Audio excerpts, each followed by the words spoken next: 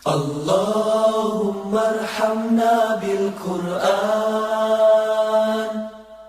واجعله لنا إماما ونورا وهدى ورحمة.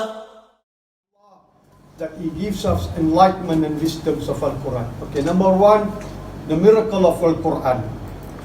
Before that, I would like to inform you, if you would like to access to the knowledge of Al-Quran and to access to the miracles of Al-Quran and to access the wisdom of Al-Quran and to access to the deeper insights of Al-Quran, deeper meaning and understanding of Al-Quran, you must have the key. The key is nothing, no other than but ilmu shahada. La ilaha illallah Muhammadu Rasulullah. This one Allah mentioned in Surah Yunus, verse number 61. I will show you. This is the key.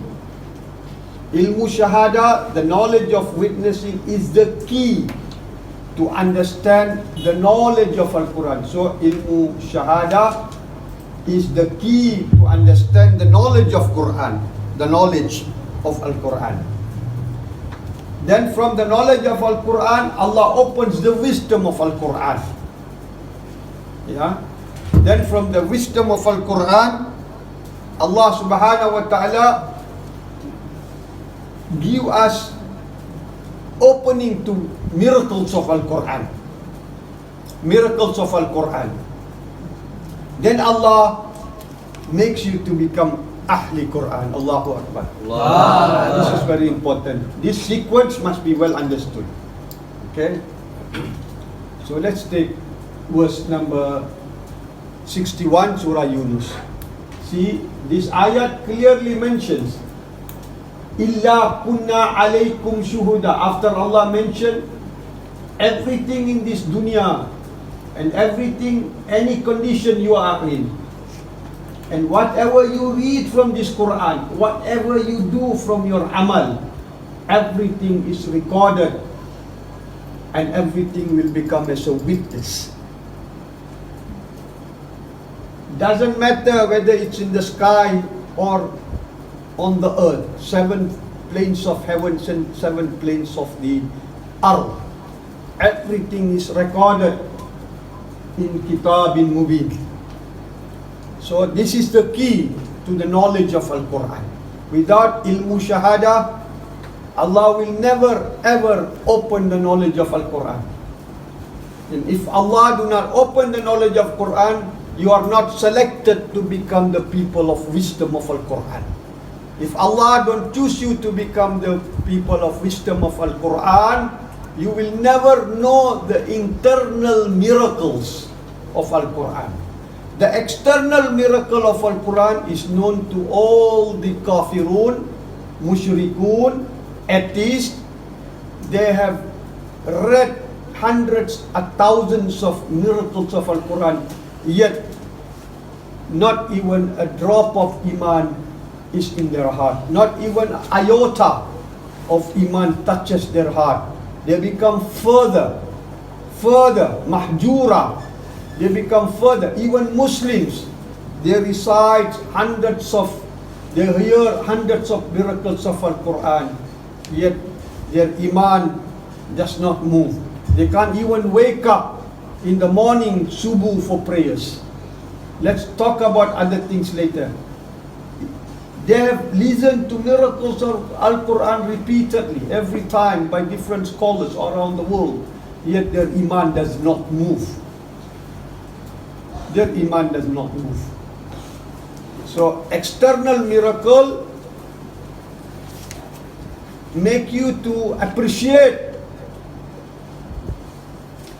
the great characteristics of Al-Quran, the super extraordinary power of Al-Quran compared to every other scriptures or anything. But iman, one who knows the internal miracle of Al-Quran, the internal underlying miracle of Al-Quran from the knowledge of Quran, related to Alif Lam Mim, Ha Mim, Yasin, Taha, or every verses, you will have to know the knowledge of Quran first. Then Allah will show you the miracles of Al-Quran. Okay, today to begin with, I start with first miracle. This is external. Give me dollar note, $10 or $50 notes. I start number one miracle, paper money. Money. Paper money. This is paper money. This is paper money. If you look, the paper money started according to numismatists, the people experts on the paper currency or currency. It started 11th century in China. 11th century it started in China, in Chengdu, capital of China. First time, according to historians. Can you translate this topic? Only this topic. Miracle number one. Bismillahirrahmanirrahim. His Eminence Sheikh has just shown us a piece of $10 ringgit notes. Yang Mulia Tuan Syekh telah menunjukkan kita sekeping duit RM10. Jadi kalau kita ikut sejarah, duit RM10 ataupun duit kertas itu bermula pada kurun ke-11 di Chengdu di China. So that was the first time the first paper money was known to the world. Ini adalah kali pertama duit kertas diperkenalkan kepada dunia. Before that, they only know metal coin, different metal coins. Sebelum itu mereka hanya tahu tentang duit shilling, metal coin, and dinar and dirham, which is mentioned in Quraan and Hadith. Dinar, dirham is mentioned. Dan juga selain daripada duit shilling, hanya duit yang berbentuk dinar dan dirham. So the humanity, they want to go against the divine law or divine irada. They brought paper currency because they can control the number. See, everyone got number. They control the number, they can control the monetary aspect. Whereas metal, Allah controls completely. Allah control coin, gold coin, silver coin, whatever metal is from Allah's abundant resources from the earth. So this is a major shift. Jadi manusia ingin melanggar hakikat fitrah keuangan itu. Mereka mengubah daripada penggunaan duit shilling kepada duit kertas. Jadi kalau duit kertas ada numerical, ada nombor dekat atas tu, jadi mereka boleh track penggunaan duit itu. Jadi ini adalah bertentangan daripada penggunaan wang shilling yang kalau dengan wang shilling bersih dikawal oleh Allah. So 11th century around 900 to 1200. 11th century paper money was introduced, but Allah mentioned this in Al-Quran. Allahu Akbar. Paper money is in Al-Quran. Kalau kita ikutkan duit kertas itu sekitar tahun 900 ke 1110, tapi Allah sendiri telah berfirman di dalam Al-Quran tentang duit kertas itu. Let us open Surah Al-Kahfi 18, Surah 18 verse 19. See how Allah, which is 1400 years ago, Al-Quran, 1400 years ago, the paper money is mentioned in Al-Quran.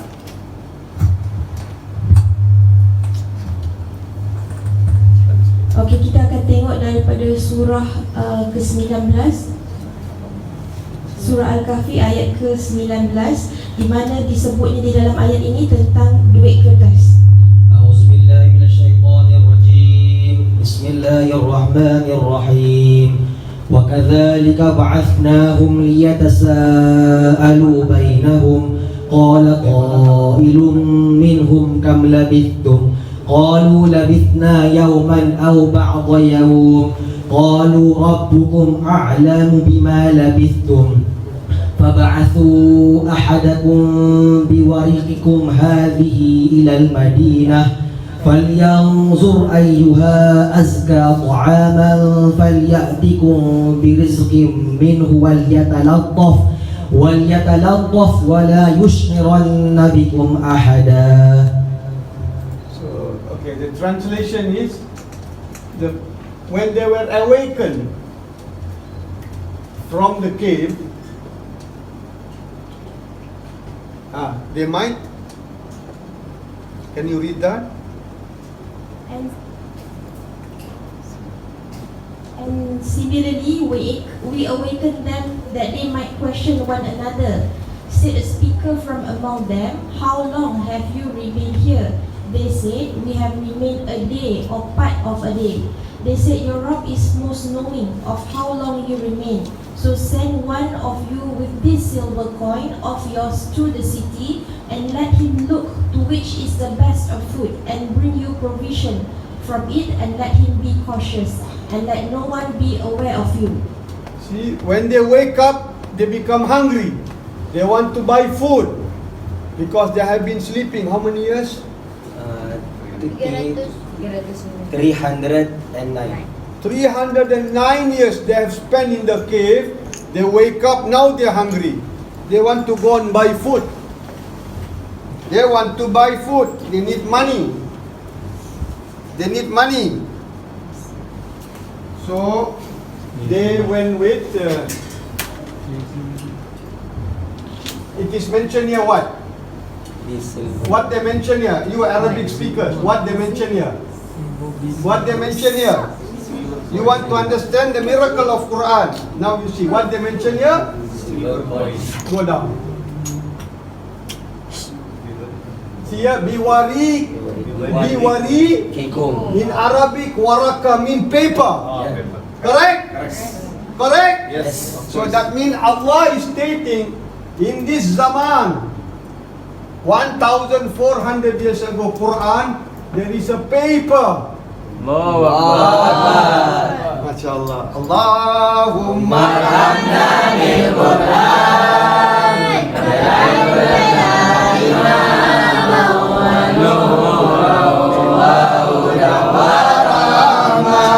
Allahumma zakirna minhu ma nasina wa alimna minhu ma jahilna wa zurna tilawatahu ana al-layli wa atrafan nahar waj'alhu lana hujjatan ya rabbal alamin. So what do we learn from that knowledge? Jadi apa yang kita pelajari daripada ilmu That ini, 1400 years ago, before even human being can create any kind of methodology of currency, Allah already knew, and Allah mentioned it in Al-Quran. 1400 tahun dahulu sebelum manusia boleh menciptakan sebarang nilai mata wang, Allah telah berfirman di dalam Al-Quran tentang mata wang tersebut. Number 2, miracle. Mukjizat yang kedua, Number 2, mukjizat in Al-Quran.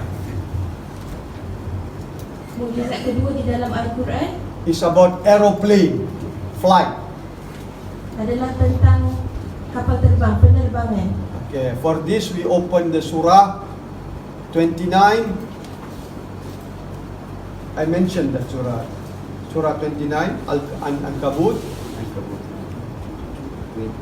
22. Bismillahirrahmanirrahim. Read the ayat. In this ayat, you going to know Allah already mentioned about aeroplane. That means Allah knows you are going to make an aeroplane by Wright brothers in 1900 or 1800. But I already know your plan. I have created much wonderful high technology aeroplane for you in Jannah. Dalam ayat surah Al-Ankabut ini, Allah sendiri telah menjangkakan yang manusia akan mencipta kapal terbang, tapi Allah telah berfirman yang di dalam ayat ini awal sebelum penciptaan manusia tersebut. أعوذ بالله من الشيطان الرجيم وما أنتم بمعجزين في الأرض ولا في السماء وما لكم من دون الله من ولي ولا نصير. 22. Okay, read. And you will not cause failure to Allah upon the earth or in the heaven, and you have not other than Allah any protector or any helper. Baca bahasa Melayu. Dan kamu tidak akan dapat melepaskan diri dari kekuasaan Allah di bumi dan tidak juga di langit sekalipun, dan kamu tidak akan mendapat sebarang pelindung dan penolong yang lain dari Allah. So Allah is saying, in the earth we understand. If you are in the earth, you raid car, motorcycle, lorry, bus, train, yeah, you are in control. But Allah said, in heaven also you will be flying. Allahu Akbar.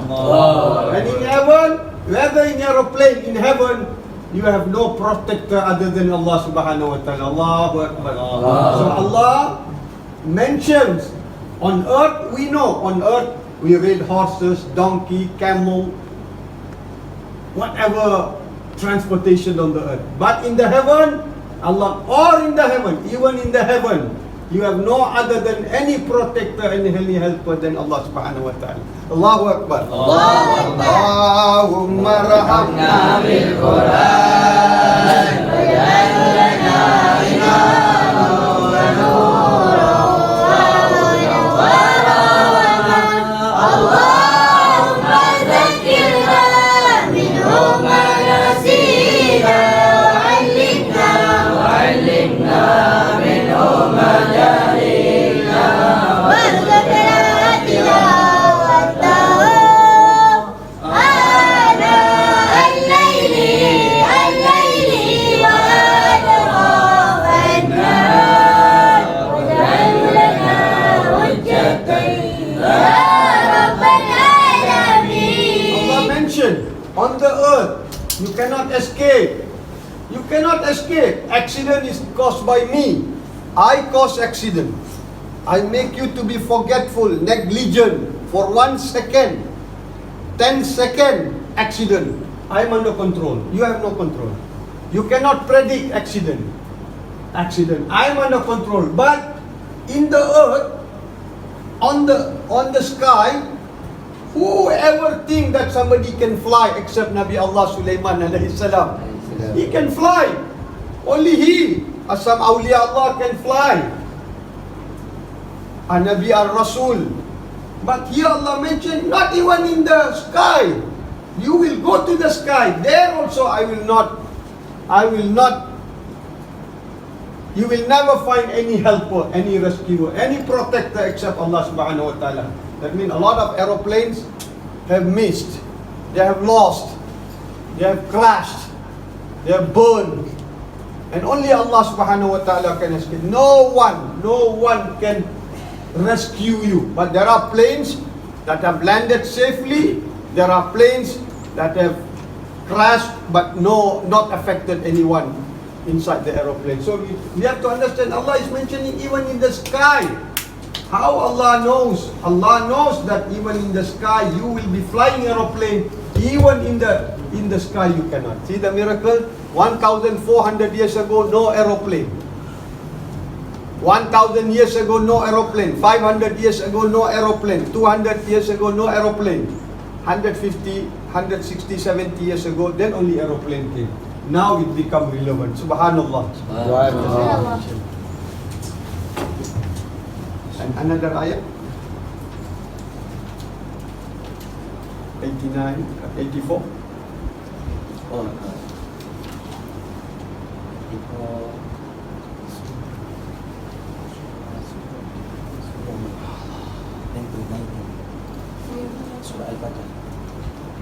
Surah Al-Fatah 90. Surah 84. Surah 84 ayat 90.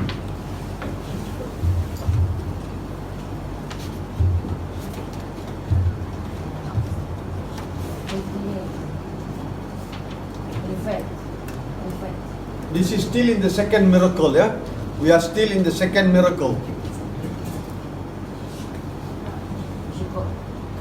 أعوذ بالله من الشيطان الرجيم بسم الله الرحمن الرحيم لتركبن طبقا عن طبق Again, لتركبن طبقا عن طبق. Translation. That you will surely experience state after state. Sesungguhnya kamu tetap melalui beberapa keadaan yang bertingkat-tingkat baik buruknya sebelum kamu menemui rob dan menerima kesenangan dan kebahagiaan atau sebaliknya. This word tabak in Arabic means layer, correct? Yes. Layer upon translate. Perkataan tabak ini dalam bahasa Arab bermaksud lapisan demi lapisan. Layer upon layer. Do the aeroplane go from layer to layer? Hello? Adakah kapal terbang naik tingkat demi tingkat? Yes. At that time when Qur'an came, the most that a man can jump is only to the height of about maybe 5 feet, 10 feet, not maximum than that. Sewaktu Al-Quran diturunkan, pada saat itu manusia hanya boleh lompat beberapa kaki sahaja. Not even more than a tree. Tidak lebih daripada tingginya sepohon pokok. Mungkin at that time if there was a man called Bruce Lee or more than him, he can fly above the tree.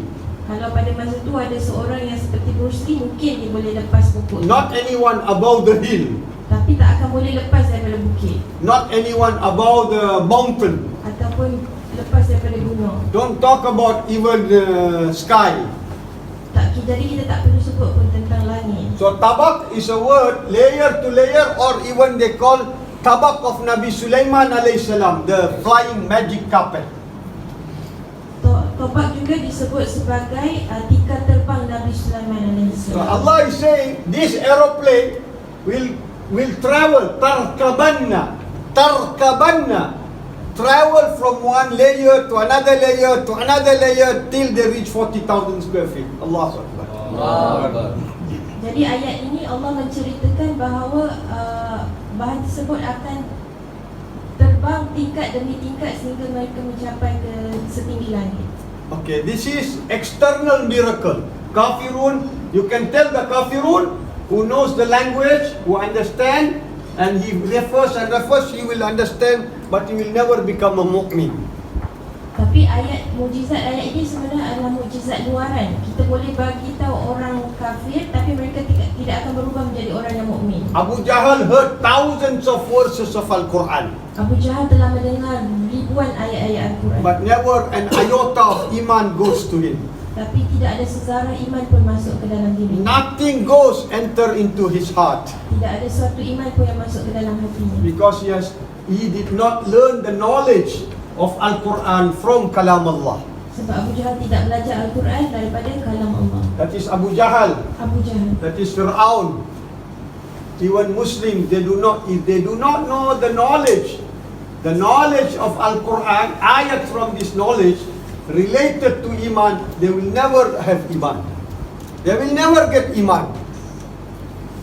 kalau mereka tidak belajar ilmu Al-Quran yang berkaitan dengan iman, mereka tidak akan memperolehi iman. And now, what is the internal miracle about this day?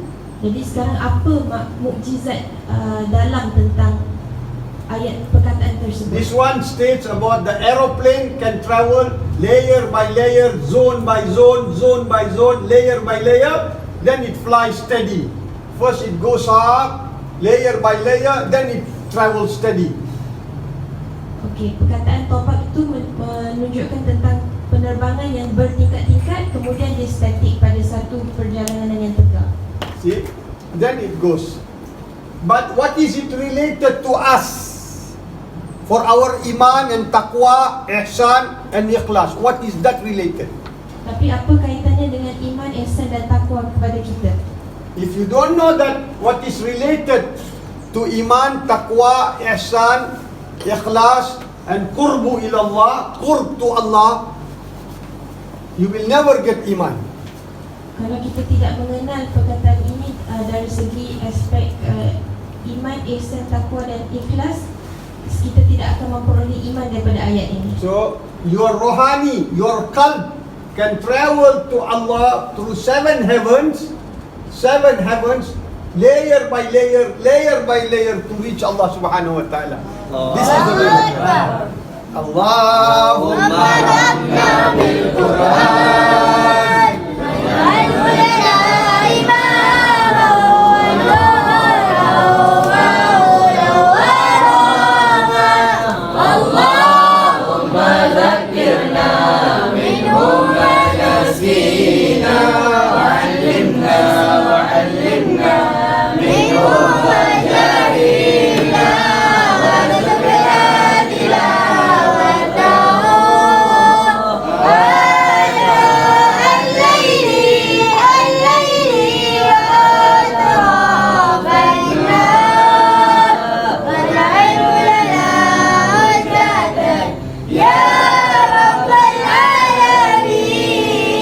Number 3 miracle. Mukjizat yang ketiga. Why you need to know the miracle, internal miracle? Why? Kenapa kita kena tahu mukjizat dari segi dalaman? Then you will love Al-Quran. Supaya kita akan cinta Al-Quran. You will acknowledge Al-Quran is the greatest miracle in my life. For me, for my heart, for my soul, for my enlightenment.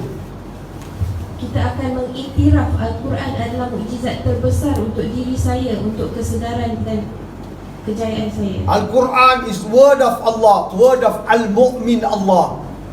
Al-Quran adalah kalam Al-Mu'min Allah. The word of Al-Mu'min Allah will increase and enlighten my iman from one layer, one state to another state. Kalam-kalam daripada Al-Mu'min Allah akan meningkatkan iman saya tingkat demi tingkat sehingga mencapai satu makam. Then kalam Allah is the kalamul hadi from Allah that enlighten me with more guidance, guiding me step by step to Allah subhanahu wa ta'ala.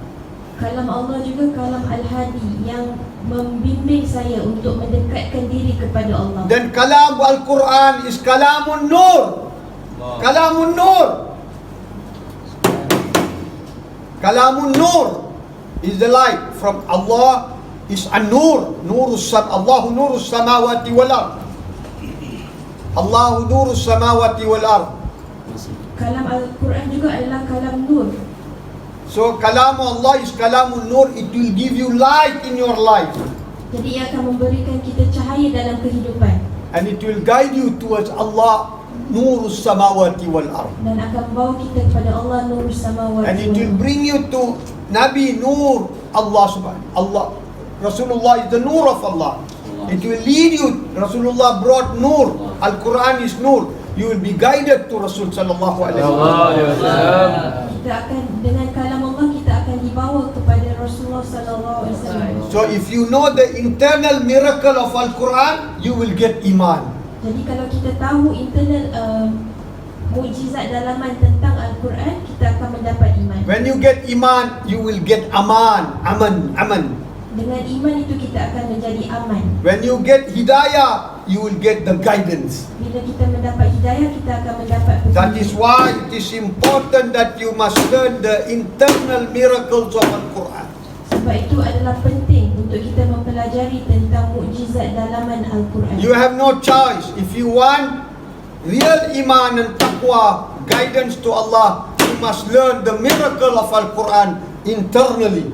Kita tidak ada pilihan. Kalau kita hendak mendapatkan iman dan takwa yang sebenarnya daripada Allah, kita harus mempelajari tentang mukjizat dalaman Al-Quran. Now last, number 3, mu'jizat.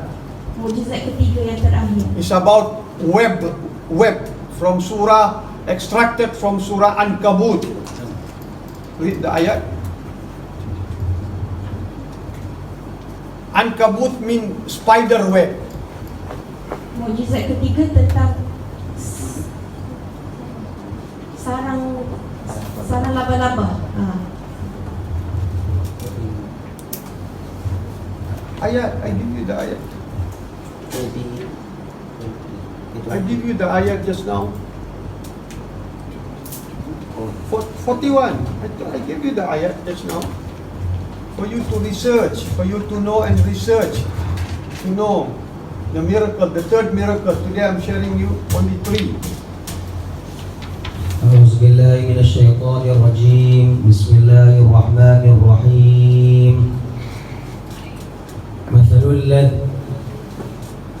مثل الذين اتخذوا من دون الله أولياء كمثل العنكبوت اتخذت بيتا وإن أوهن البيوت لبيت العنكبوت لو كانوا يعلمون.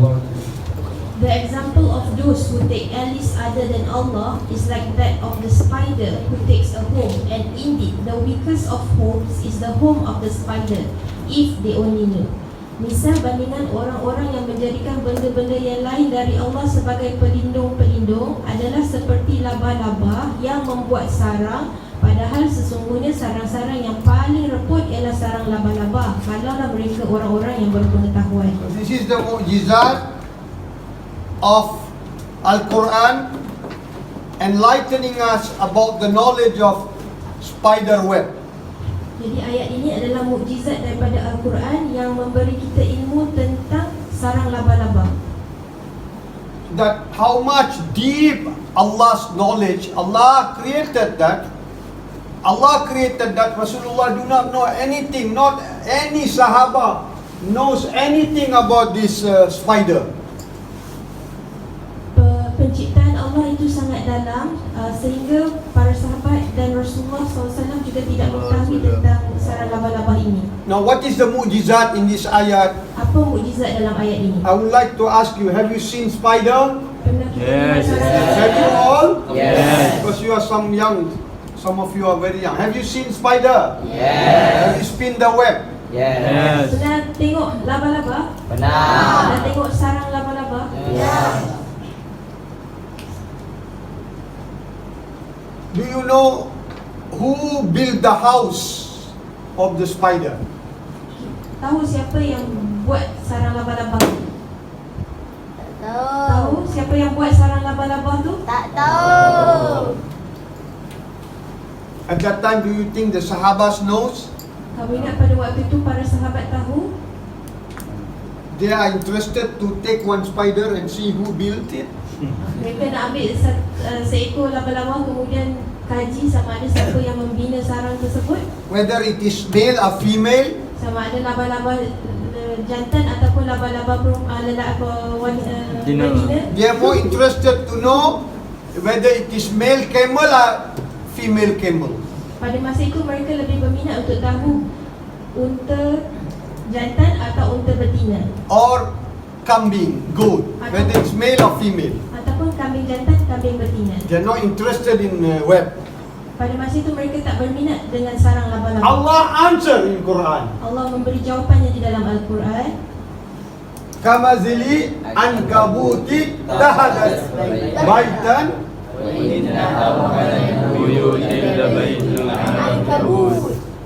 You know this is a female, correct? Yes. This is not male. See? Tahadah. Yes. Tahada means only male. This is tahadat. That means the one that built is a female web. Allahu Akbar. Wow. Female. Tapi di dalam ayat tersebut Allah mengkhususkan perkataan tahazat itu merujuk kepada laba-laba betina. So it is not male that build the male do not build the house, the female build the house. Jadi Allah telah menerangkan bahawa laba-laba betina yang membina sarang And laba-laba. this is the only animal that have to repeatedly build the house over and over and over again. Inilah satu-satunya binatang yang kena membuat rumah mereka lagi dan lagi dan seterusnya. Not like bird, the nest can last for long. Tak seperti burung, sarang mereka tahan lama, Or any other animal, ataupun binatang-binatang lain. but not ankabut. Tapi bukan laba-laba. Because the female that build it, the male are more interested in producing the children. Laba-laba betina membuat sarang rumah dan laba-laba jantan menghasilkan anak-anak. They have other jobs to do. Mereka ada kerja lain. So the female are the one who built it. Jadi laba-laba betina yang membuat sarang That the laba-laba. miracle of the Quran is Allah know that it is the female. At that time, 1,400 years ago, nobody know. You understand? You understand? Yes. Mukjizat Al-Quran dalam ayat ini adalah pada waktu itu, sewaktu tak ada orang yang tahu tentang siapa yang membina sarang laba-laba, Allah telah menurunkan ayat yang menjelaskan Understand sarang now? laba dibina Yes. oleh laba-laba. You go and talk about this knowledge to the whole scientist who knows about the spider. Talk.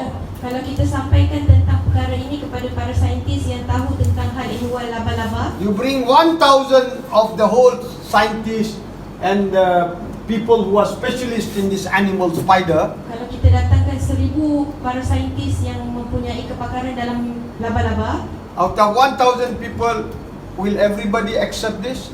daripada 1,000 orang itu semua orang akan terima tentang ini? They will accept Quran? Quran they will not accept. They will accept Allah? They will accept this miracle. This miracle. If they know Arabic. Yes, this is correct. But they may not accept it. Maybe one man will become Muslim. He may not become mu'min. He may become Muslim. But how did Allah and Rasulullah teach the mu'min Sahaba 1,400 years ago with this example? How?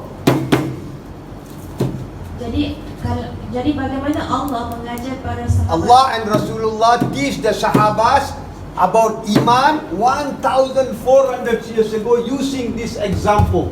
Jadi bagaimana Allah dan Rasulullah SAW dan mengajar para sahabat tentang iman daripada contoh ini. Allah and Rasulullah teach the Sahabas, if you take people, among people, minister, rich people, as the people who can help you, you are building the house of the spider in your heart and in yourself.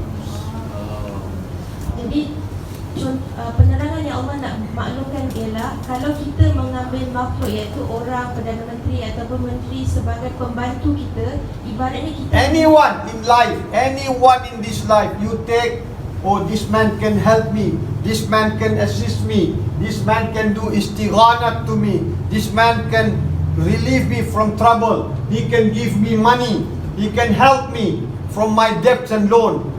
Allah and Rasulullah saying, it is like you are building a spider web here. Be careful. Jadi kalau kita mengambil sesiapa sahaja pun sebagai pembantu atau tempat kita memohon bantuan, ibaratnya kita seperti membina sarang laba-laba saja. And at that time Rasulullah told that spider web you are building is a female. That time. Dan pada masa itu juga Allah dah maklumkan bahawa sarang laba-laba yang kita bina tu adalah sarang laba-laba betina. So that spider web you are building, having hope on people, it will break. It will break. It is very fragile. At the wind, at the blow of the wind, it will break off. Be careful. Be careful. Don't rely on people. Don't rely on human. Don't rely on anyone except Allah Subhanahu wa Taala. Jadi peringatan ialah kita supaya berjaga-jaga. Kalau kita mengambil sesiapa sahaja sebagai pembantu atau penolong kita, ibarat seperti sarang lebah-lebah yang sangat mudah hancur. Kalau ditiup angin pun rumah itu akan lenyap, musnah. So Allah and Rasulullah is practically saying that you must have faith in Allah. Don't build your iman on humanity, human being, because it is like building the spider web inside your heart. Allah menitahkan supaya kita jangan mengambil manusia sebagai pembantu atau penolong, kerana seperti membina sarang laba-laba dalam diri. Another miracle is you have Quran, Satu lagi mukjizat ialah kita punya Al-Quran you have website, dan kita ada website. you have dropped and completely abandoned Quran. You spend 2 hours, 3 hours here in this website. Kita Where is your iman? telah meninggalkan Al-Quran dan kita menghabiskan masa berjam-jam melayari laman web. This is web. Allah also mentioned, see, You are connected to this website. Website, Allah has mentioned. This website is like sarang laba-laba. This is like Spiderweb. Website. Google website, that website, this website. They cannot give you iman. My words can give you iman. This is miracle.